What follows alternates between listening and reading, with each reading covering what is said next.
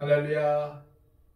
오늘도 저와 여러분들을 보호해 주시고 인도해 주신 우리 하나님께 찬양과 영광을 올려드립니다. 오늘은 하나님께 예배하는 수요일 저녁입니다. 하나님을 오늘도 우리의 마음속에 보시며 내가 예배하는 것에 하나님의 임재의 확신을 우리 마음속에 가지며 예배를 드리기를 원합니다. 예배할 때에 하나님의 만져주심과 또한 하나님의 임재의 역사가 여러분들의 예배 가운데 넘쳐나기를 소망합니다. 기도하겠습니다.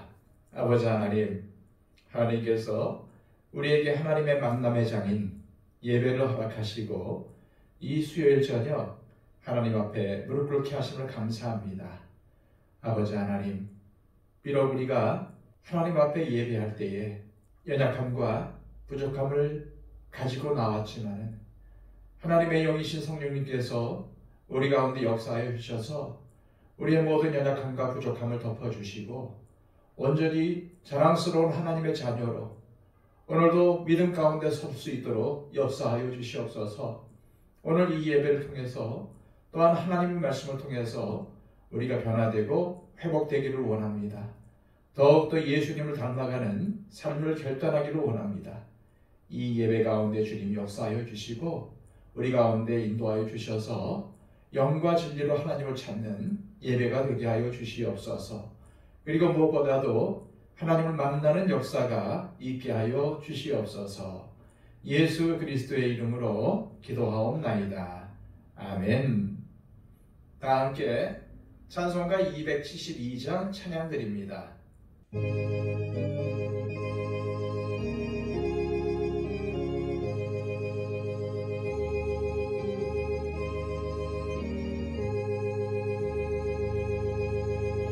고통의 멍에 벗으려고 예수께로 나갑니다. 자유와 기쁨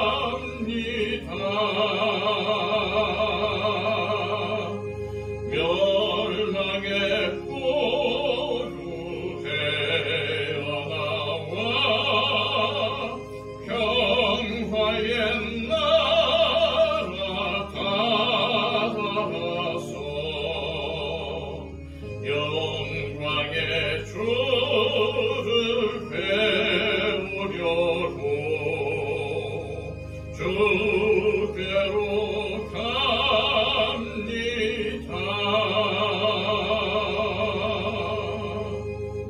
찬송가 하나 더 부르겠습니다. 함께 부를 찬송가는 찬송가 380장입니다.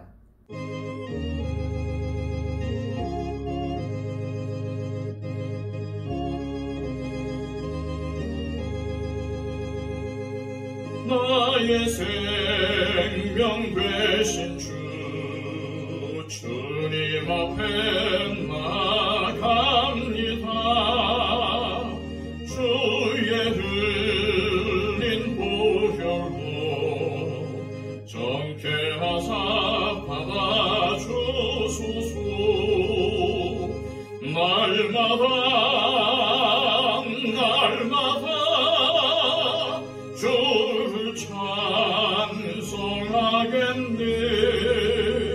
주의 사랑 줄로서 나를 굳게 잡아 매소서. 괴로운 세상 지낼 때 나를 인도하여 주소서. 주를 믿고 나가면 나의 길을 잃지 않겠네. 날마다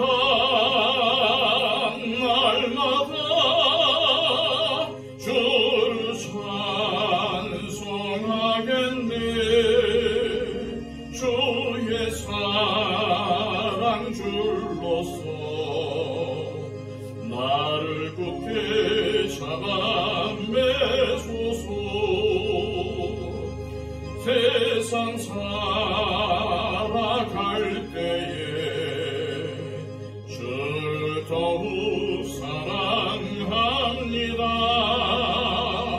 밝고 빛난 천국에 나의 영혼 들어가겠네. 날마다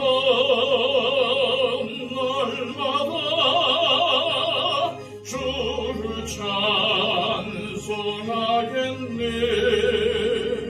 주의 사랑 줄로서 나를 굳게 잡아 매소서.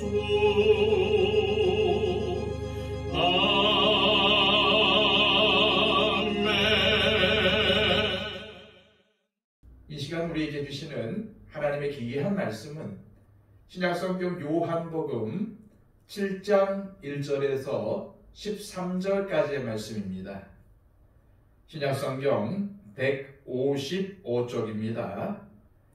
그 후에 예수께서 갈릴리에서 다니시고 유대에서 다니려 아니하심은 유대인들이 죽이려 함이려라. 유대인의 명절인 초막절이 가까운지라 그 형제들이 예수께 이르되 당신이 행하는 일을 제자들도 보게 여기를 떠나 유대로 가소서. 스스로 나타나기를 구하면서 묻혀서 일하는 사람이 없나니 이 일을 행하려 하거든 자신을 세상에 나타내소서 하니 이는 그 형제들까지도 예수를 믿지 아니하미로라. 예수께서 이르시되 내 때는 아직 이르지 아니하였거니와 너희 때는 늘 준비되어 있느니라. 세상이 너희를 미워하지 아니하되 나를 미워하나니 이는 내가 세상의 일들을 악하다고 증언함이라. 너희는 명절에 올라가라. 내 때가 아직 차지 못하였으니 나는 이 명절에 아직 올라가지 아니하노라. 이 말씀을 하시고 갈릴리에 머물러 계시니라. 그 형제들이 명절에 올라간 후에 자기도 올라가시되 나타내지 않고 은밀히 가시니라.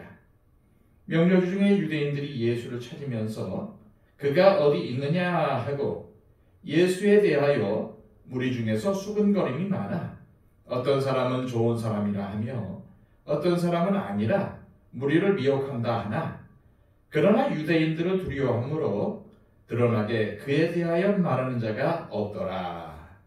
아멘. 여러분들이 이 땅에서의 인생을 마치고 자신의 인생을 한마디로 요약할 수 있다면 여러분들의 인생을 어떻게 요약하시겠습니까? 개그우먼 김미화 씨는 자신이 죽고 나서 자신의 묘비에 이렇게 쓰겠다고 했답니다. 웃다가 자빠졌네. 우리 예수님의 생애를 한마디로 요약한다면 어떻게 요약할 수 있을까요? 유대인들에게 배척받은 인생, 버림받은 인생, 소외당한 인생이라고 표현할 수 있을 것입니다. 요한복음의 기록자인 사도 요한은 요한복음 1장 10절에서 11절까지의 말씀에서 예수님의 인생을 이렇게 표현을 했습니다. 그가 세상에 계셨으며 세상은 그로 말미암아 지은 바 되었을 때 세상이 그를 알지 못하고 자기 땅에 오매 자기 백성이 영접하지 아니하였으나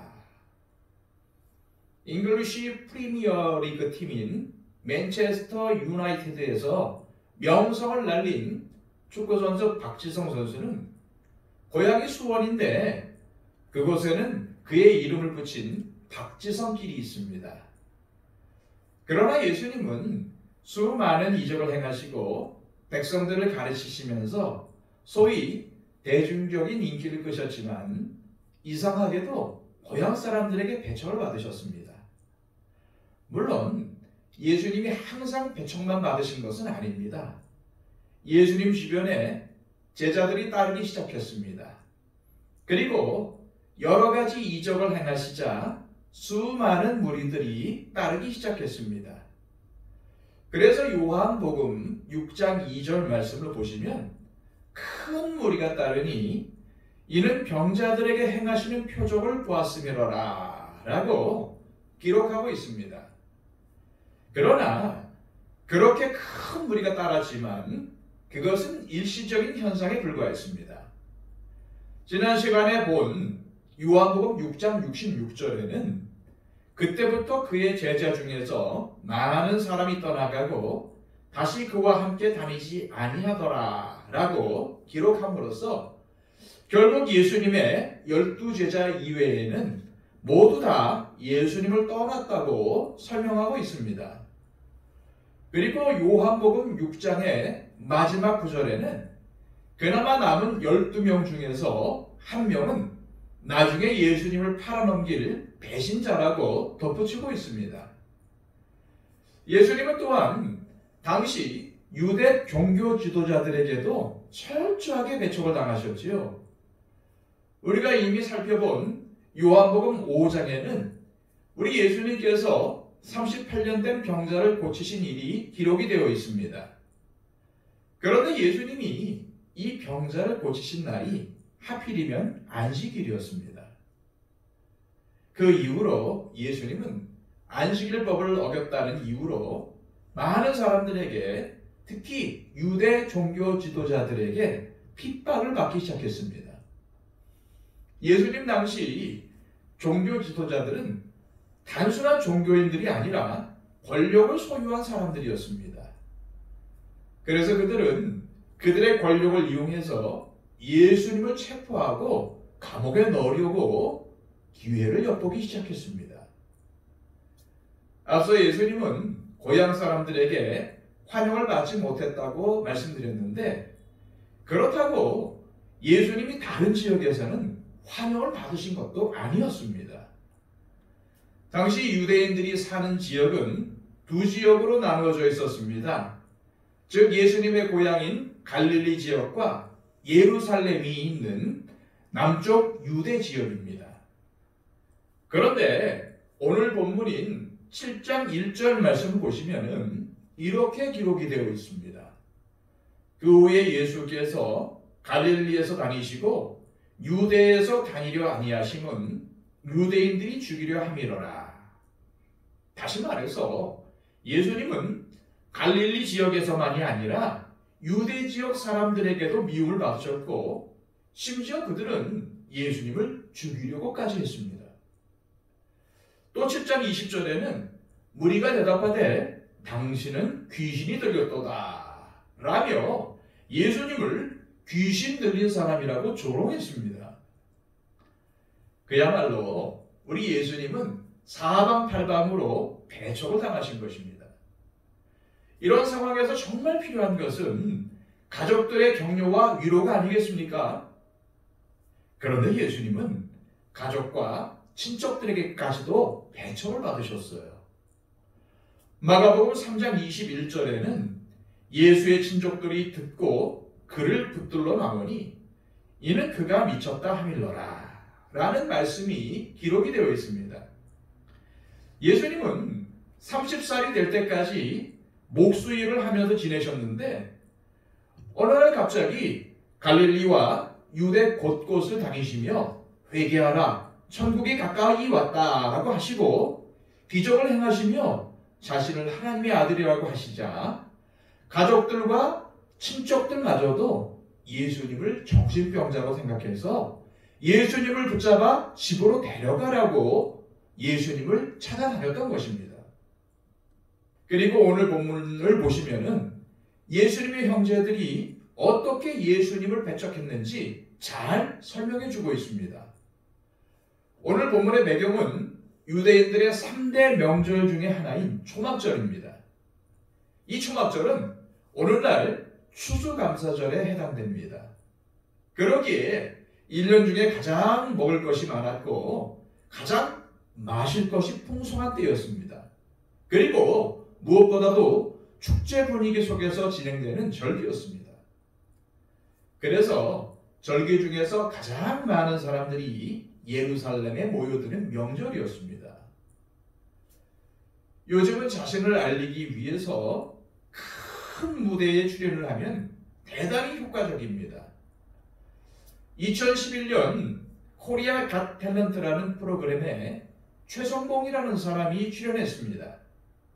그는 3살 때 고아원에 버려졌는데 너무 매를 많이 맞아서 5살 때 고아원을 탈출했다고 합니다. 그 이후 10년 동안 껌이나 바카스를 팔고 공중 화장실이나 계단에서 잠을 자며 살았다고 합니다. 그런 그가 코리아 갓 탤런트라는 큰 무대에 나와서 넬라 판타지아라는 곡을 불러 수많은 사람들에게 감동을 주었으며 CNN이라는 방송에서도 방영이 되었다고 합니다. 그런데 그의 영상을 전 세계 약 1000만 명가량의 사람이 보았다고 해요. 다시 말해서 전 세계적으로 알아주는 사람이 되었던 겁니다.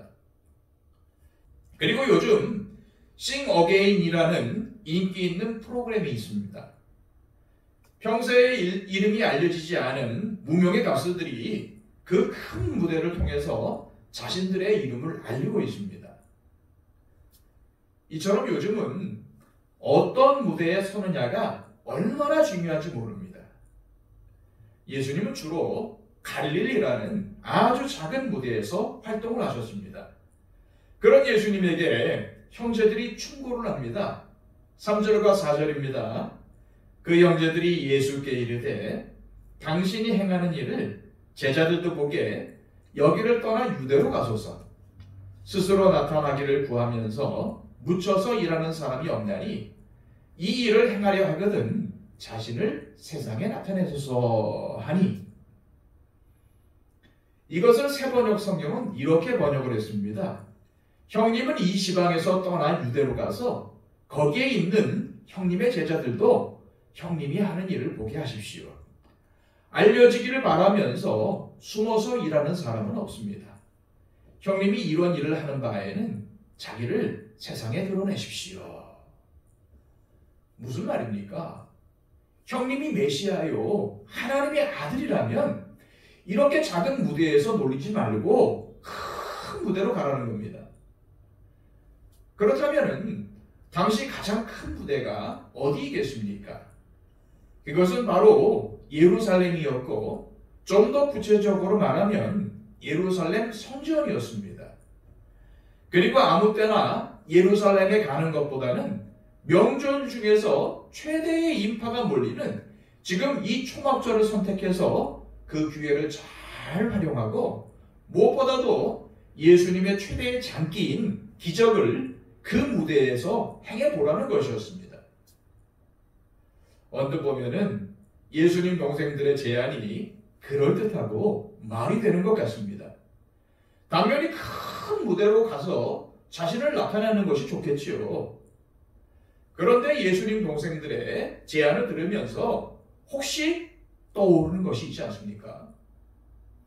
마귀도 예수님에게 이와 비슷한 제안을 했다는 겁니다. 마태복음 4장 5절 말씀입니다. 이에 마귀가 예수를 거룩한 성으로 데려다가 성전 꼭대기에 세우고 이르되 네가 만일 하나님의 아들이거든 뛰어내리라.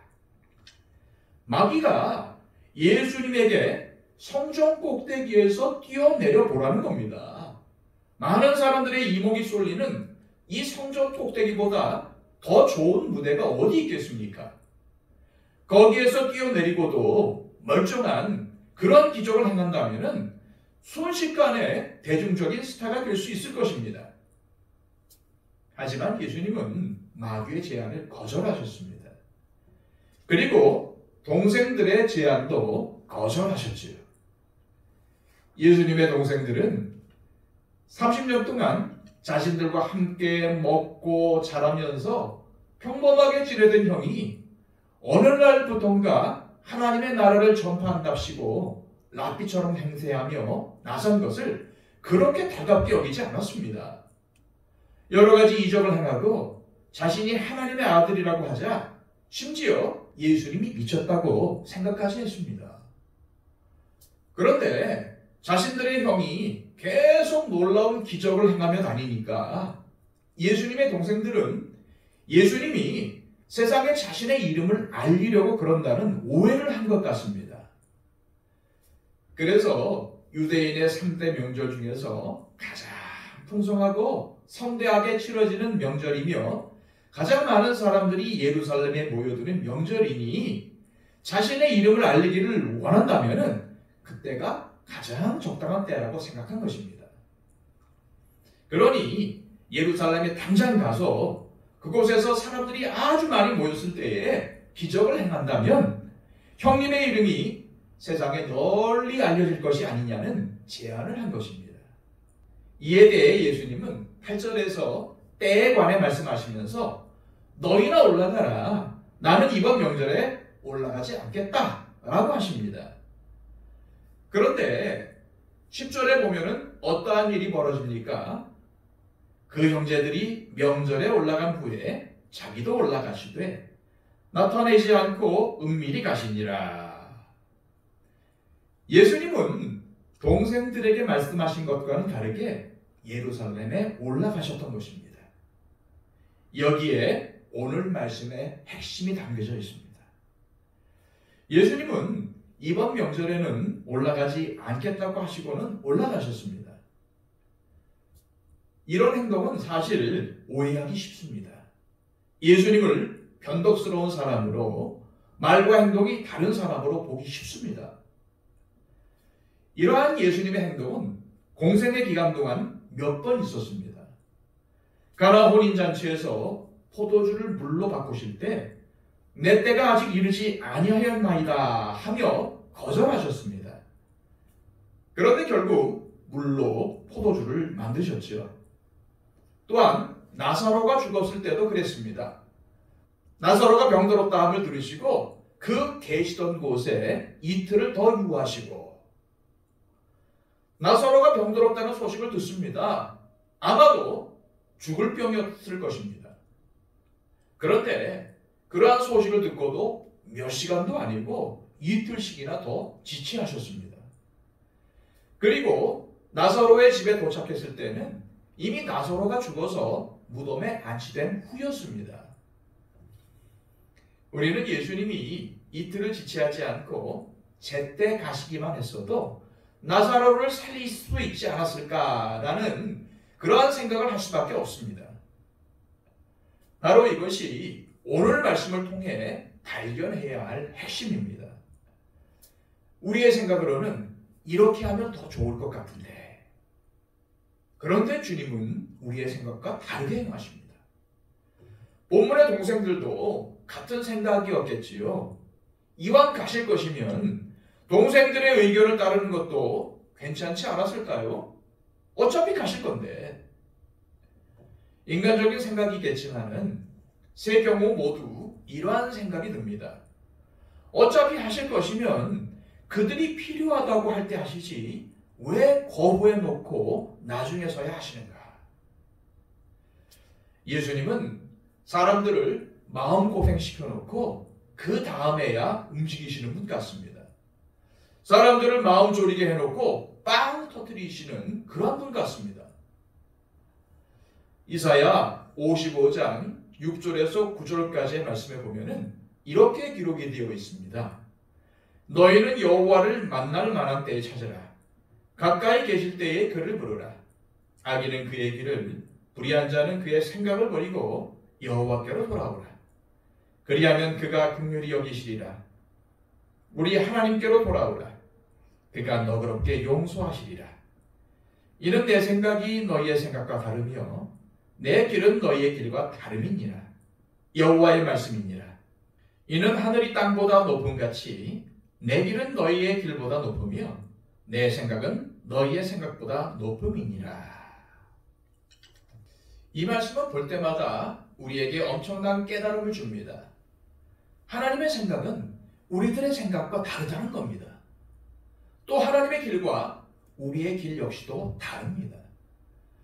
하나님의 생각이 우리와 다르기 때문에 그분의 방법도 우리와 다를 수밖에 없다는 사실을 말씀하시는 겁니다. 그런데 이렇게 하나님의 생각과 그분의 방법이 우리와 다르다는 것은 우리를 당혹스럽게 만듭니다. 왜냐하면 우리는 내 생각대로, 내 방식대로 해야 안심하기 때문입니다. 그것이 익숙한 것이죠. 그래서 우리는 하나님께서 하나님의 생각대로, 하나님의 방법대로 일하실 때에 그것을 불편해합니다. 더 나아가서는 원망하고 불신앙에 빠지기도 합니다. 그렇기에 하나님과의 관계에서 하나님을 절대적으로 신뢰하기 위해서 하나님과 나의 생각이 다르고 하나님과 나의 방법이 다르다는 것을 인정하는 것이 중요합니다. 그래야만 우리가 그로 인해 하나님을 의심하거나 하나님의 방식에 대해 놀라거나 불편해하는 것 없이 우리가 하나님과의 관계에서 성숙한 방향으로 나아갈 수 있기 때문입니다. 즉 하나님께서 행하시는 나에게 익숙하지 않은 것이나 전혀 생각지도 못한 것으로 인해 불신과 원망과 조급함에 빠지지 않고 인내하고 오래 참을 수 있게 되는 신앙의 성숙으로 나가게 되는 것은 하나님의 생각과 하나님의 인도하시는 방법은 나와 다르다는 것을 인정하는 것에서부터 시작이 됩니다. 이것은 우리와 하나님과의 관계뿐만 아니라 우리와 다른 사람들과의 관계에서도 마찬가지입니다. 건강하고 성숙한 인간관계는 나와 상대가 다르다는 것을 인정하는 것에서부터 출발해야 합니다. 나와 다르다는 것은 틀린 것이 아닙니다. 또 나와 같은 말을 하고 나와 같은 집에 산다고 해서 나와 같은 생각과 나와 같은 방식을 따른다고 생각할 수는 없습니다. 그런데 이러한 다름을 인정하지 않고 나와 생각이 다르고 나와 방식이 다르다고 당신은 틀렸다고 말하는 데서 많은 갈등과 분쟁이 일어나는 것입니다. 영어 표현에 there is no difference라는 말이 있습니다. 이 말은 직역하면 너와 나와 별 차이가 없다, 다를 게 없다라는 말입니다. 그런데 이 표현은 사실 별 볼 일 없다라는 뜻입니다. 아무런 개성도 없고 두드러진 것도 없다는 뜻이죠. 그런데 micro difference라는 말도 있습니다. 차이를 만들자 이렇게 직역할 수 있지만 그 의미는 뭔가 특별하게 하자라는 의미입니다. 내가 먼저 나와 상대가 서로 다르다는 것을 인정할 때에 그 사람과의 관계도 더 발전되고 성숙한 관계로 나갈 수 있습니다. 그리고 내가 속한 집단이나 공동체도 서로 다름이라는 특별함으로 인하여 더 다양하고 통성한 발전을 맛볼 수 있게 되는 것입니다. 하지만 우리는 하나님의 생각과 그분의 방법이 우리의 생각과 방법과 다르다는 사실을 오해해서는 안 됩니다. 하나님의 생각과 방법이 나의 생각과 방식과 다른 것일 뿐이지 하나님이 우리에게 무관심하거나 우리의 기도에 무응답하시거나 우리를 외면하신다는 말이 아닙니다.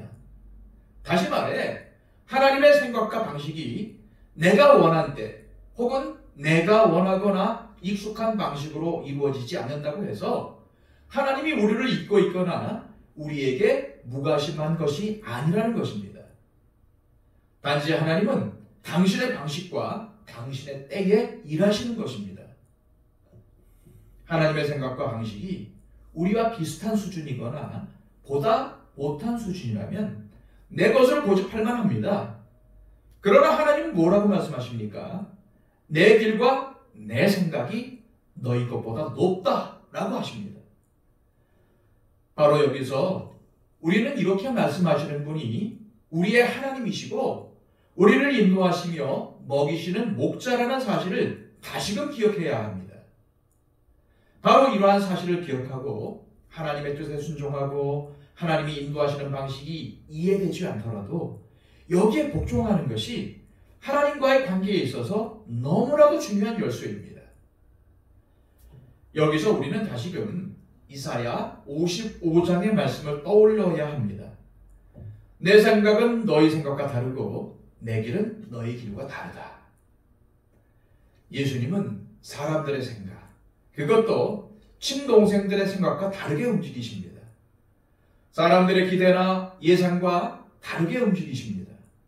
어찌 보면 의도적으로 그렇게 하시는 것 같습니다.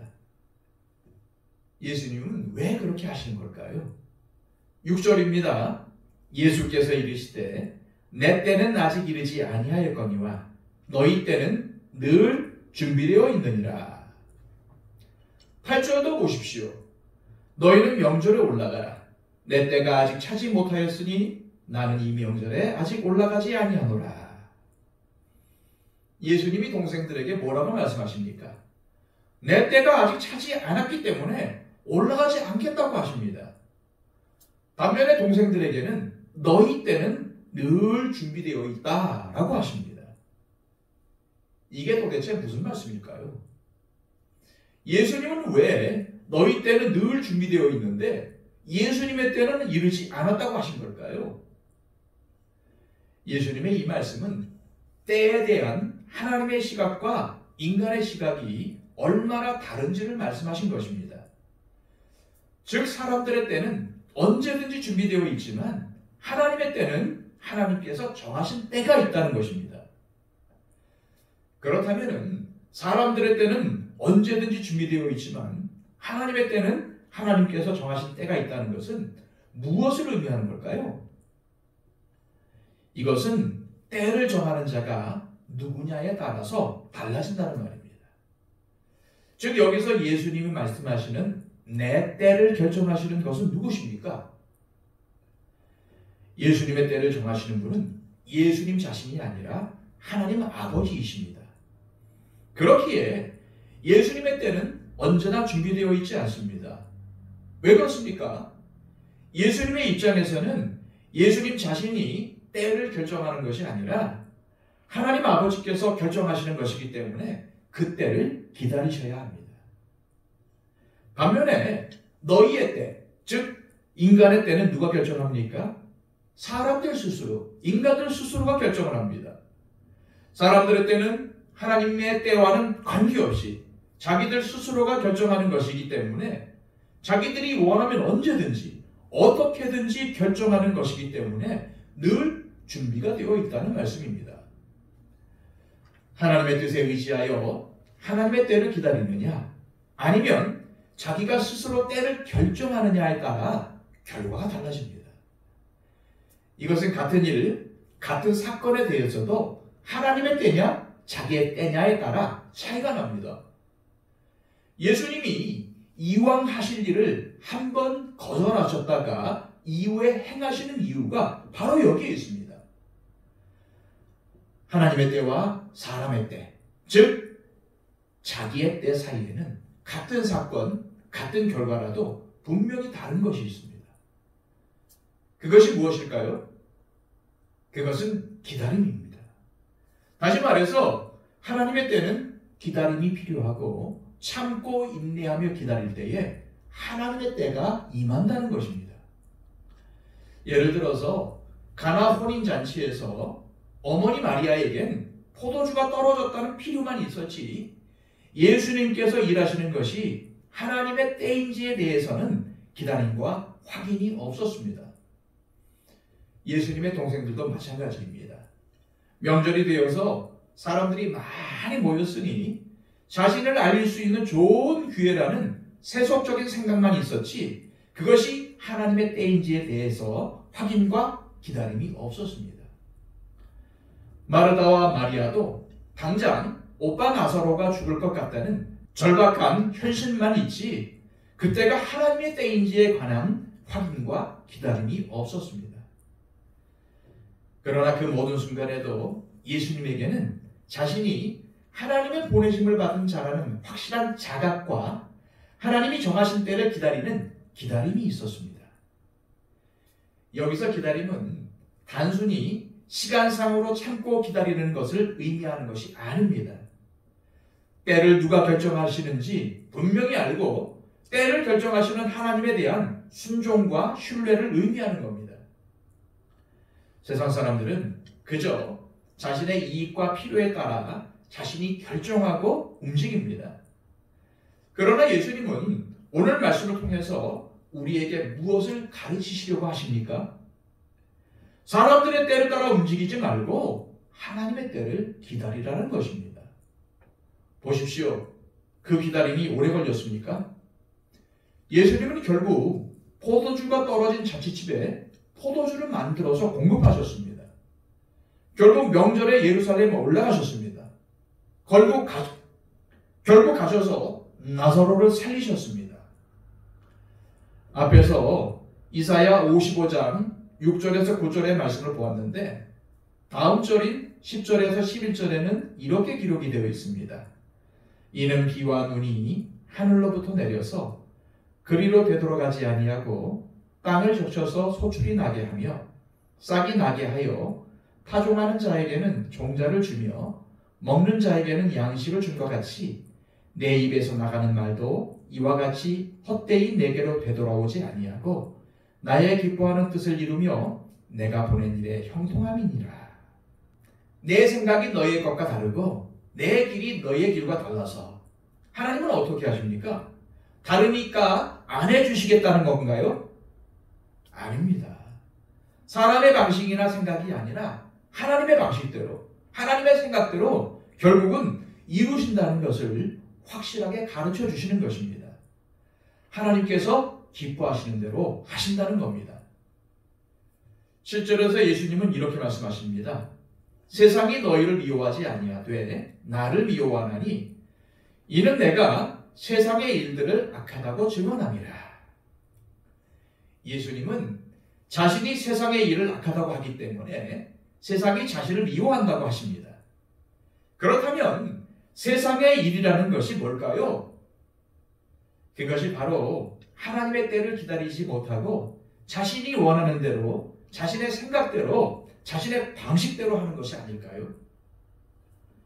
이사야 53장 6절에는 우리는 다 양 같아서 그릇 행하여 각기 제 길로 갔거늘 여호와께서는 우리 모두의 죄악을 그에게 담당시키셨도다 라고 기록되어 있습니다.